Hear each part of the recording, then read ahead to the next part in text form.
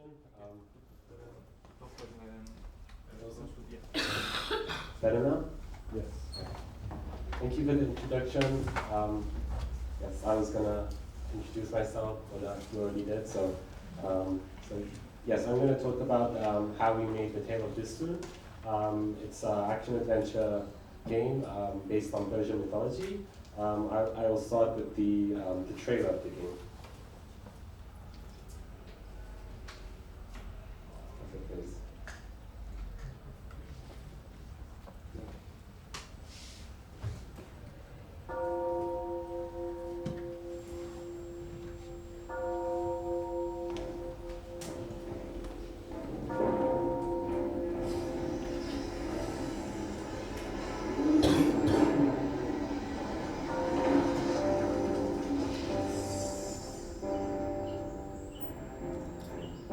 There are worlds beyond the one we see each day.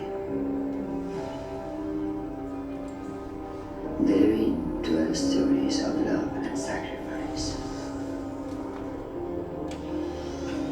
ambition and pain.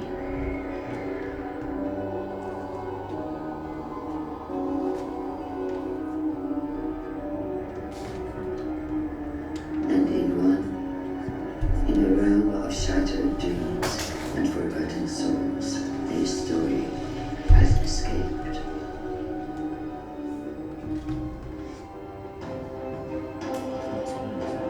This is a tale of determination.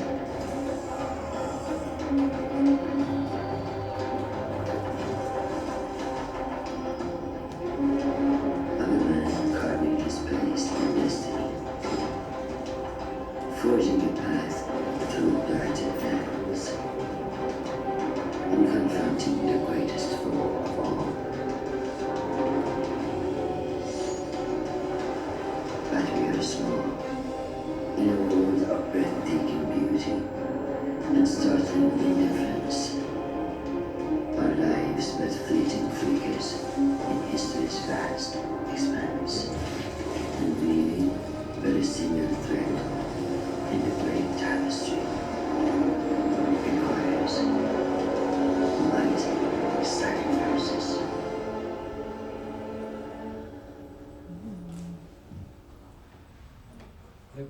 So the Tale of Bistun, yes, is an action-adventure game that we released around 3 months ago. It's available on PC and Xbox.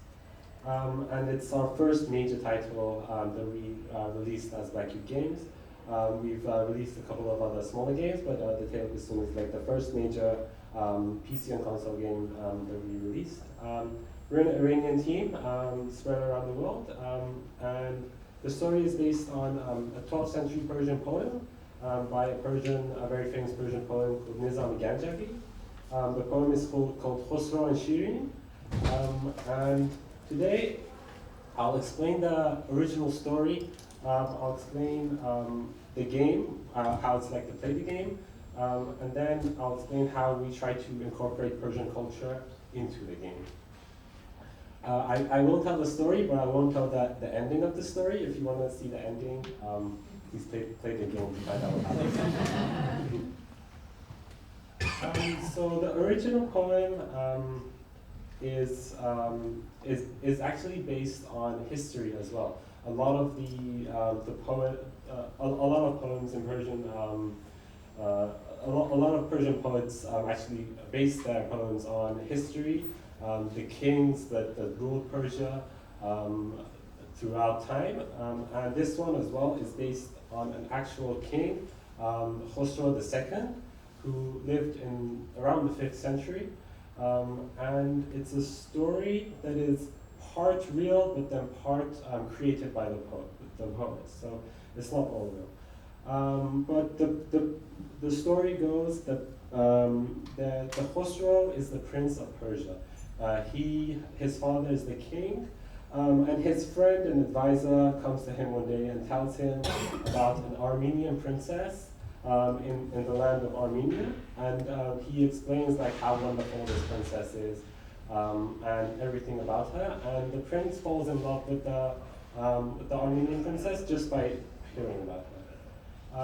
And his friend, who's named Shampur, goes to Armenia, and he also tells the princess, who's called Shirin, about Prince Khosrow.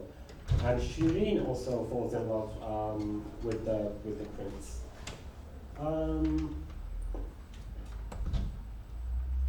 Khosrow then goes to Armenia, and it's actually important to say that Armenia was also part of Persia, was part of one of the lands of Persia. So Armenia was also part of the kingdom that Khosrow's father ruled. And Khosrow goes to Armenia, and the story is long. I won't go into all the specifics. A bunch of stuff happens, but they finally meet. And while Khosrow is in the lands of Armenia following his love, Khosrow's father, the king, actually dies. And while Khosrow is away, a general comes and takes over the kingdom and basically takes over the Persian Empire. Shirin and Khosrow hear about this, and Shirin agrees to marry Khosrow, but only if he is able to take back his kingdom. Khosrow goes back to the capital city, and while Khosrow is away, a sculptor named Farhad falls in love with Shirin. And Khosrow views Farhad as his love rival and is afraid of him.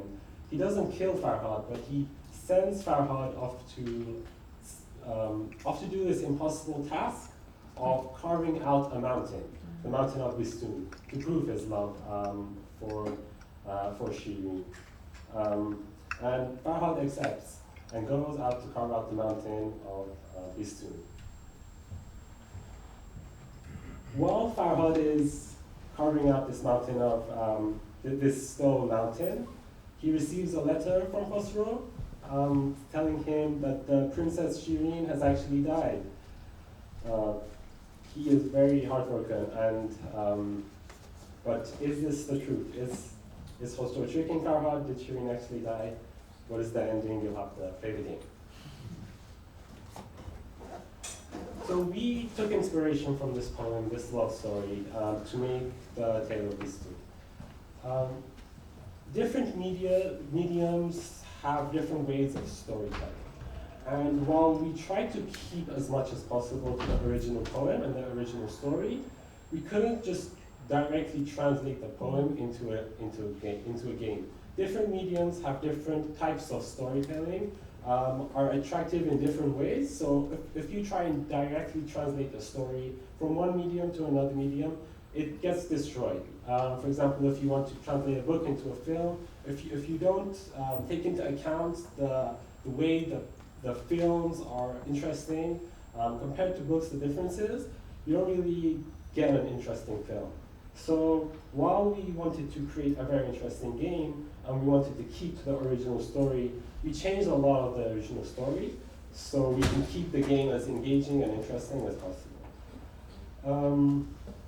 This was one of the most difficult parts of creating the story of the Tale of Bistun. But we took a lot of different parts of Persian history, Persian mythology that didn't exist in the original poem, and we incorporated that into our game. So if you play the Tale of Bistun, while you do understand the original poem, there's a lot of elements that are not in the original poem and have been created by us.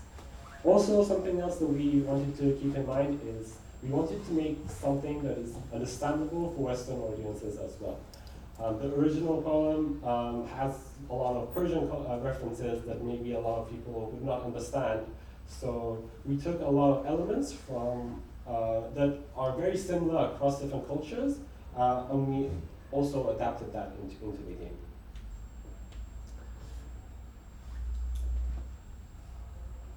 I'll explain how the game plays, and then next I'll explain how we try to incorporate Persian culture into the game. The main character, Farhad, begins and awakes from a long sleep. He doesn't remember anything, and he walks through the original parts of the game. And the narrator, the whole game is narrated. So while as you play along, you will hear the narrator tell you the story, and as you understand, as you play through the story, you understand more of the story and what's happening. So you wake up as Farhad, you don't know what's happening, and you start and enter the world, and you explore what's happening.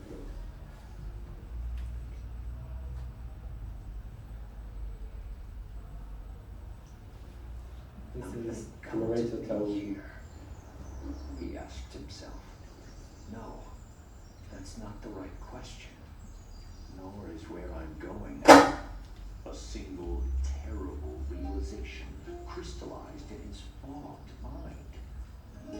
I don't know who I am.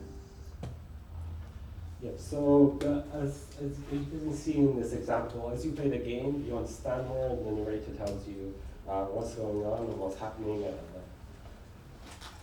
In the Tale of Bistun, we didn't want the game to just be a walking simulator where you just walk through the game and hear the story. We wanted exploration and also action elements. So there are a lot of enemies that you have to face. These enemies don't exist in the original poem, but to keep up, to create a sense of different pace, there's some action where you have to defeat enemies and kind of experience the fun in other ways. We do have enemies, and this is how like the experience is with interacting with those enemies.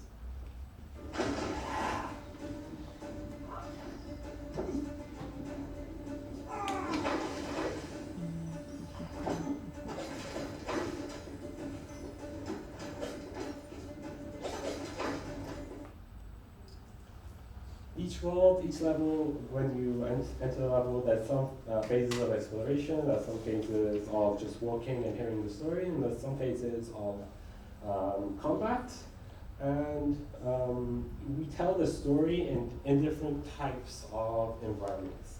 We have one main type of storytelling where we enter the main character Farhad's memories. We call this the revelation realm, and here we explore and see Farhad's memories from before, understand what's happening, and a lot of the main parts of the story are told in the revelation realm.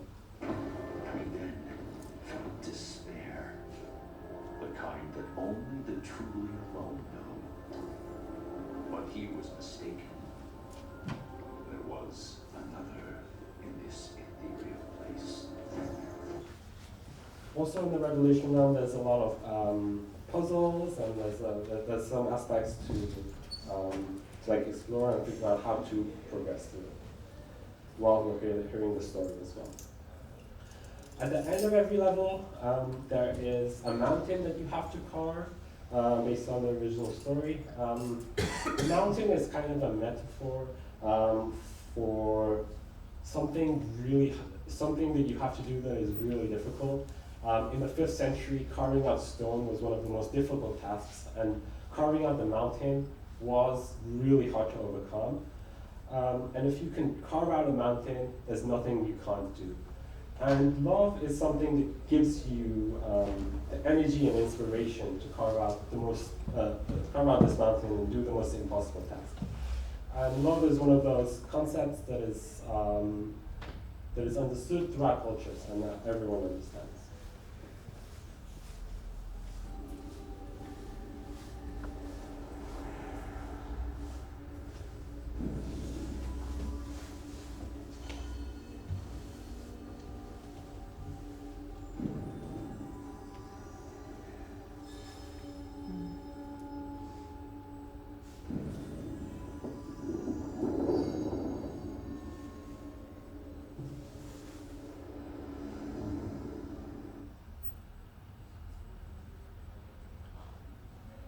One main area that we explored Persian culture alongside the story was inside the characters, the positive characters, and also the enemies. And I'll go through the characters that we have in our game and how we incorporated Persian culture into those characters. One thing that we had to really dig into and understand was actually our own culture. We didn't understand a lot of our own Persian culture, and we had to do a lot of research. We went to museums, we read scriptures, we read old literature to understand a lot of the culture that we hadn't heard before ourselves. So to create these characters and to create the story, there was a lot of learning that we had to do, and it was very interesting for us to explore the culture that we were raised in, but we didn't know ourselves. This is Farhad, the main character. This is like the development of the character and how we used, for example, some parts of props and clothes that we saw in museums that were related to that area in actual history, and also we saw weapons and specific tools that they had in those in that area, and we used these references to create an experiment, different character designs, which we finally ended up with this. And this is how the main character. A lot of actually all of the elements, that his clothes, his boots, his trousers, his facial features, his hair are all from references that we saw on inscriptions in mountains, for example, old coins, old paintings, and we use those to create the character. We used some elements that we saw for gameplay purposes as well. For example, you can see the white headband and the lantern thing he has on his on him. So and these were elements that we saw that existed in those times, and we took those to create kind of a visual distinction between the main character and the environment. So he has a white headband and also a lamp that is bright, and the white headband is a very big color contrast compared to the rest of the environment. So as the main character is walking around, you can see him and he stands out more. So we use these features for gameplay purposes as well, alongside just visual purposes. And as you can see, the main weapons that he has three main weapons. And these are all based on actual props that we saw in museums. This is Princess Shirin. She's the princess of Armenia, and we also had to research the history of Armenia and the clothes that they wore, the staff in her hands, her hair type, and also facial features were all made from references from that era. The King Khosrow is also the character is based on actual carvings of him in mountains that you can find in Iran. And actually a big part of his story in the game was cut out due to development constraints. We wanted to explore his character some more in the game, but due to lack of resource and time, we had to cut out those parts. So he does exist in the game, but he's just referenced in the story. He doesn't actually play a part in the actual story. But again, his facial features and his staff and his crown and clothes are all based on references that we found. We actually included the poet himself, Nizami, in the game. In the original poem, Nizami doesn't exist in the story, but we also wanted to include him in the game as a character that you meet. In the game, he is kind of stuck by the forces of evil, and the main character, Farhad, comes and saves him from this evil. The poet Nizami is one of the most famous poets of Persian literature. There's been research into how how Shakespeare has similar types of storytelling to Nizami, and how you can see similarities between them.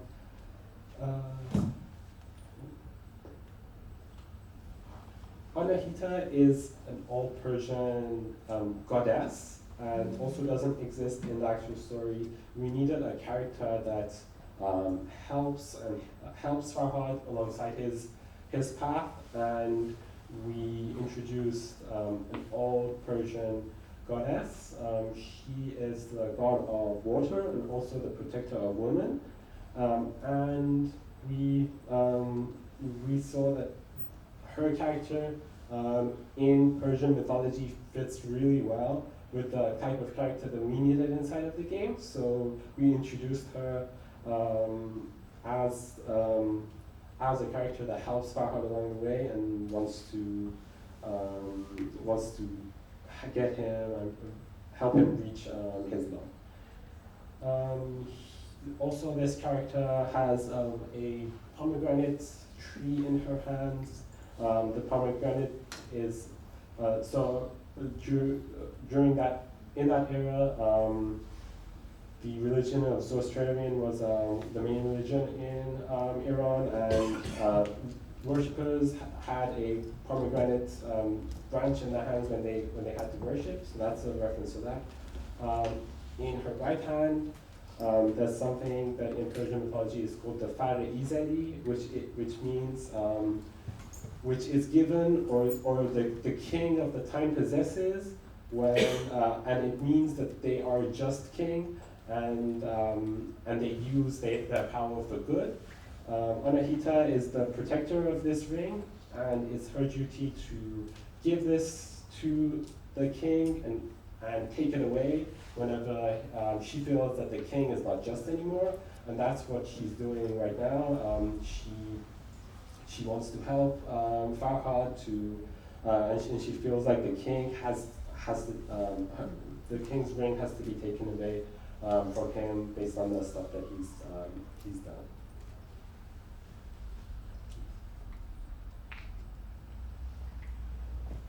We have another character called the All-Seas Tree. This is also not in the original poem. The tree gives Farhad his tasks and his missions. We use this character because there is a concept across many different cultures called the Tree of Life, and it's a reference that we thought makes sense across different cultures. And it's also something in Persian culture where the All-Seas Tree has the seeds to every single tree in existence and holds this basically gift of life.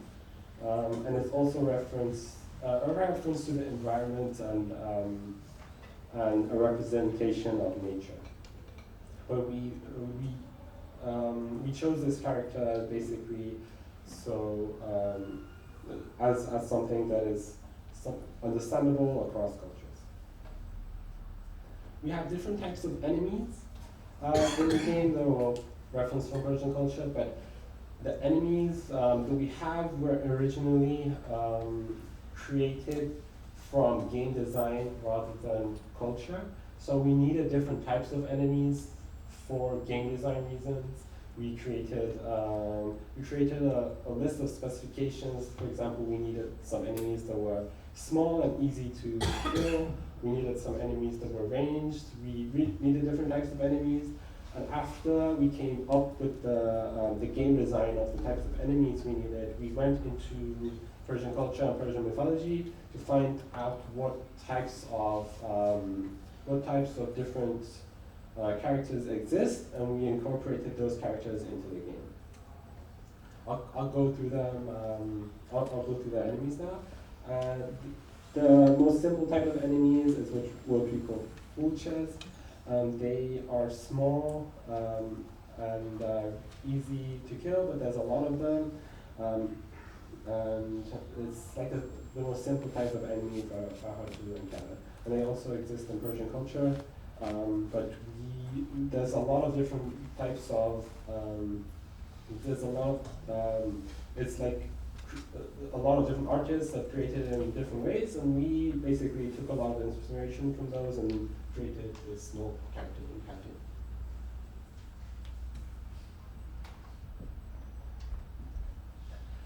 The Pari is a witch type creature, and this is one of those characters that has similarities between cultures.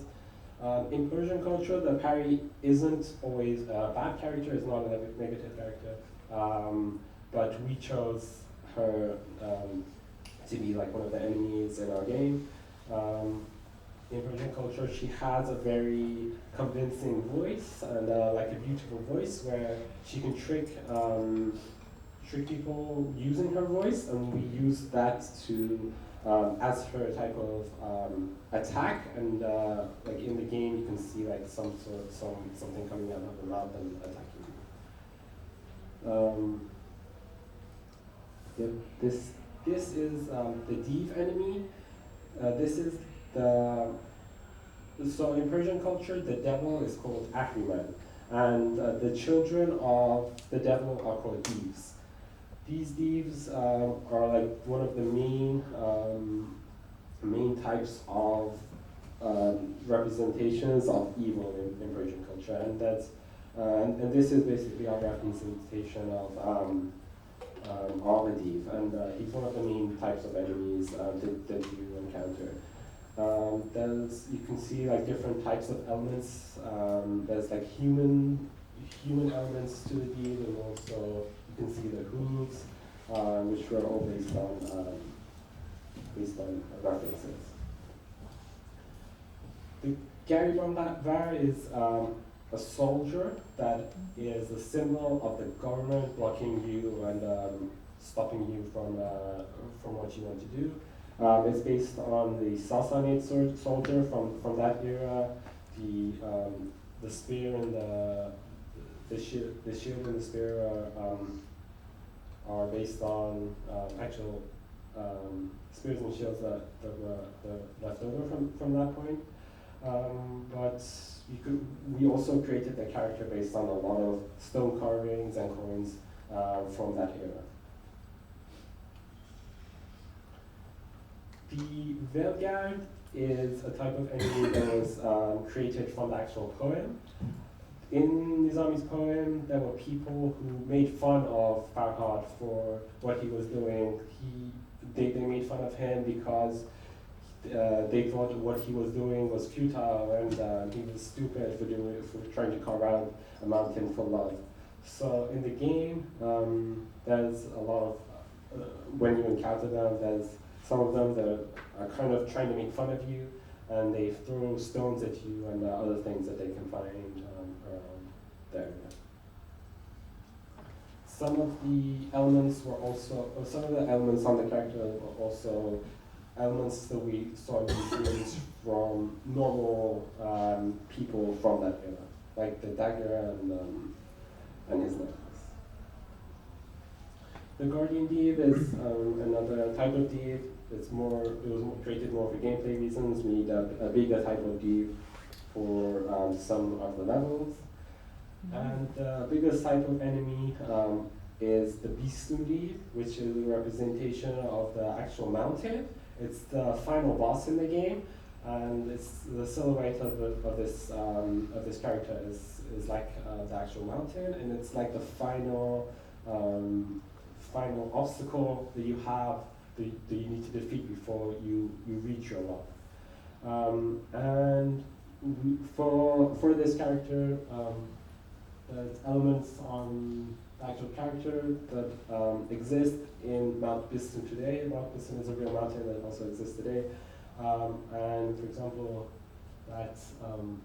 that character and also the inscriptions on the character are from that real mountain.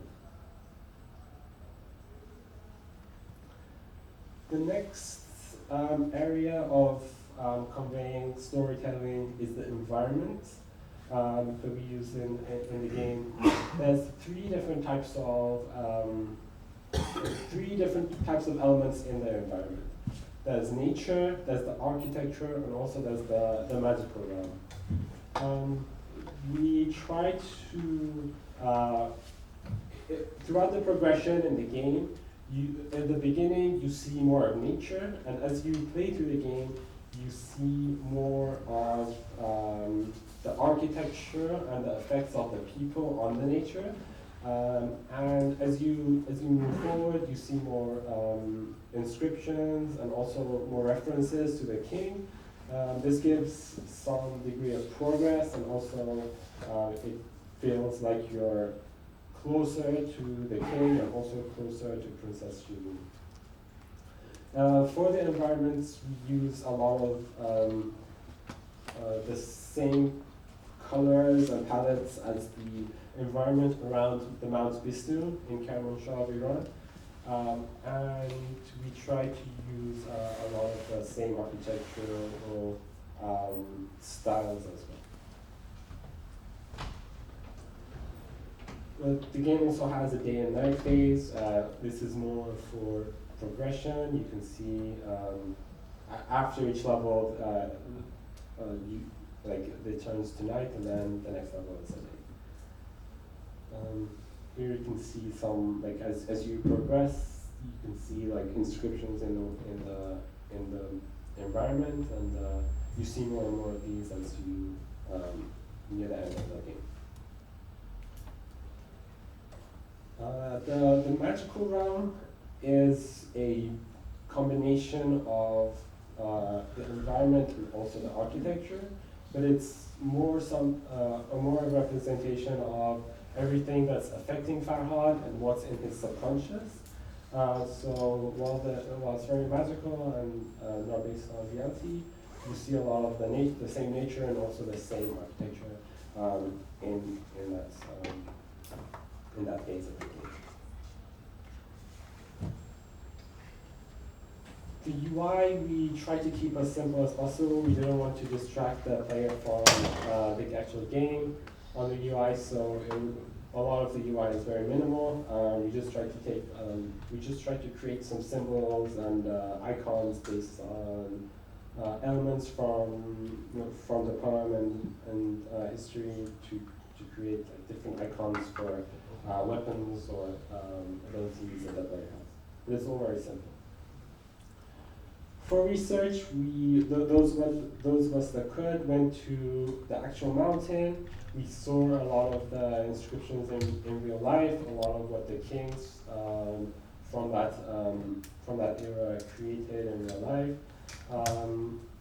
There was a lot that we understood from actually going to those places, and a lot of the elements in the game were created from actually going to Mount Bistun and that area and the museums around the area. But while the story itself isn't a real story, there's a lot of references on the mountain, and the locals reference those places to their story. This part of the mountain that was carved is called Farha Tarosh, which means Farha's carving. In reality, this was more likely commissioned by a king of an era, but it wasn't finished. But there are other parts of the mountain that were actually carved out, and we don't really know who carved them out, but locals say that this is like the area that the Farha carved out. But in reality, the mountain of Bistun, there's a lot of different carvings from different eras of Persian kings. There's carvings that go back thousands of years, but all the different kings throughout the history of Persia have some sort of carving in this mountain and that left their marks. So historically, it's a very significant place. To market the game, we reached out to a very famous Persian actress, Shohra Altashlu. We wanted a voice, the voice of Anahita, which was the protector of Farhad and what he was doing. We needed a voice that was believable, to be the voice of a goddess, and also also was like both the Western audience and the Persian audience would like. So we reached out to her, and she voiced some of the trailer and some of the story narration inside the game, and it also really helped with marketing as well. That is the end of my talk. As you may have heard, the last couple of weeks have been a very difficult period for the people of my home country of Iran. And I just wanted to dedicate this lecture to the people, especially the women fighting for freedom and equality in Iran.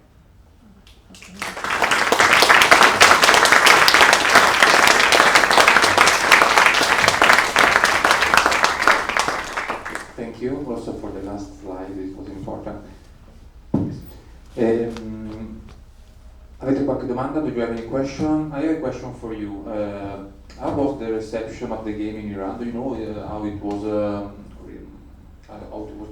the reception from Iranian people, considering that it's a game based on your culture, so maybe you receive some feedbacks about the game? Yeah, we received a lot of feedback, and it was all very positive. Yeah, so there aren't a lot of games based on Persian culture, and there's a lot of games based on culture from different cultures, like Egyptian culture or Roman culture from the same time. There's not a lot of Persian games based on Persian culture, so we received a lot of feedback that people were very happy to see like the stuff that they heard growing up, and they could relate to released and playable. We had one person who was from the city of Kermanshah, which is right at the Mount Bistun, and he was like, "Oh wow, I see this mountain every day, and it's amazing to play a game based on the story of this mountain."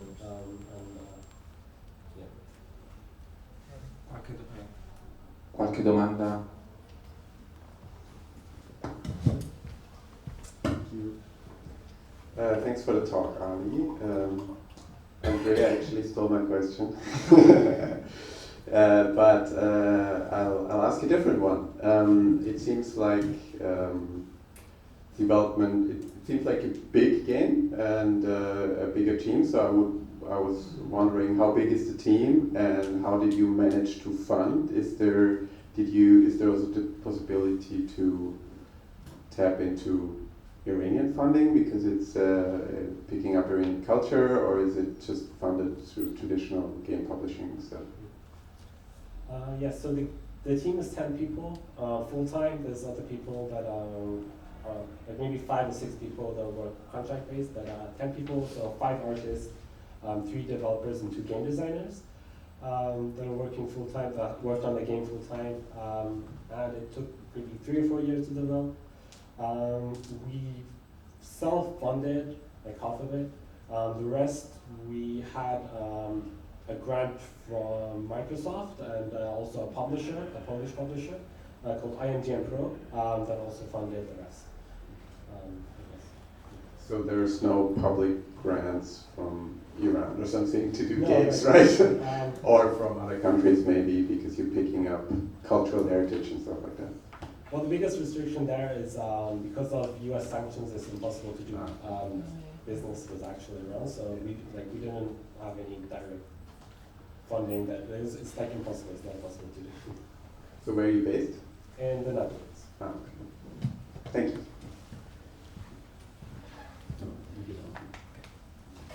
Other questions? Hi. Really quick technical question, so not for everyone, but I'm sorry. So major softwares like game engine and modeling, the animation, VFX system, real quick. Based is a game made in Unity. The modeling, but the animation is 3ds Max. I think the characters modeled in ZBrush, I'm not an artist Yeah, myself. that's sculpting. Yes. But yeah, okay. And I guess Photoshop for like the UI and stuff. Any other specific areas? I didn't want me to like, I don't know. If it's not your field, then sorry. I mean, it just was just my bare curiosity because I also worked to a couple of games. So just that. Thank you. Ancora 5 minuti.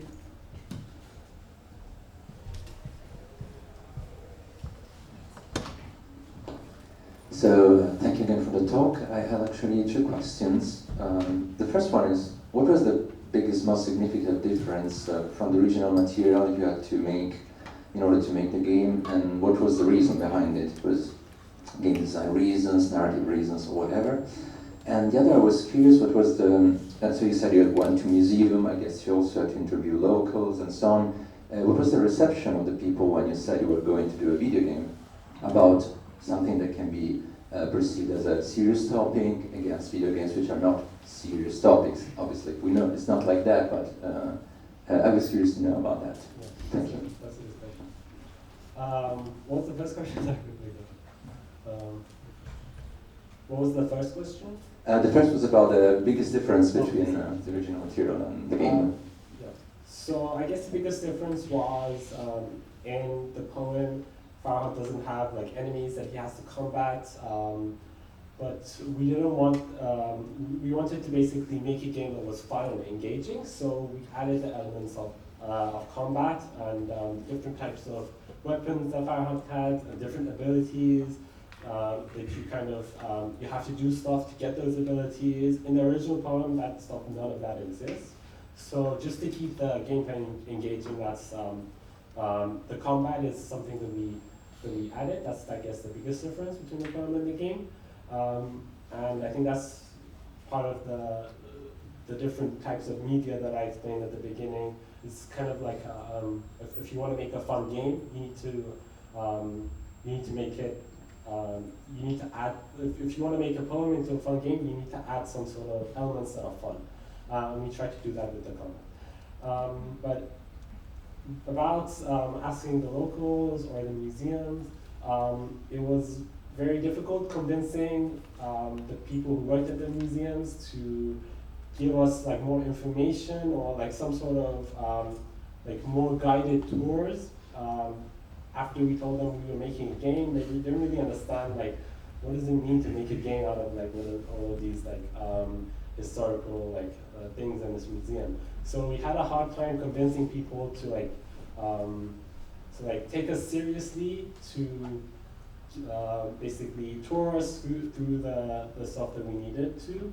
But we did find someone that was really interested at one of the museums in what we were doing, and she gave us like the most elaborate tour of everything from that era, and that was really useful.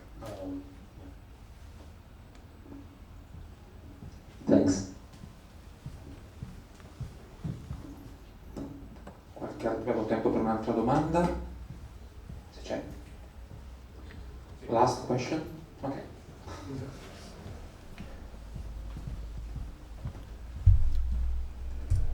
Hello, and I wanted to ask how much time did you spend on marketing, and how much money, resources do you accept from the actress if you had some other channels where to market the game? So we had a publisher, so we were just a development team. We didn't do the marketing ourselves. Our publisher did the marketing. And they did different types of marketing. So the voice actor that we had in the game was actually their idea as well. They reached out to a lot of different review sites, different streamers, stuff like that. But in terms of ourselves, we don't have like the capacity and also the experience to do the marketing ourselves. So that was everything on the marketing side was on the publisher. Okay, thank you.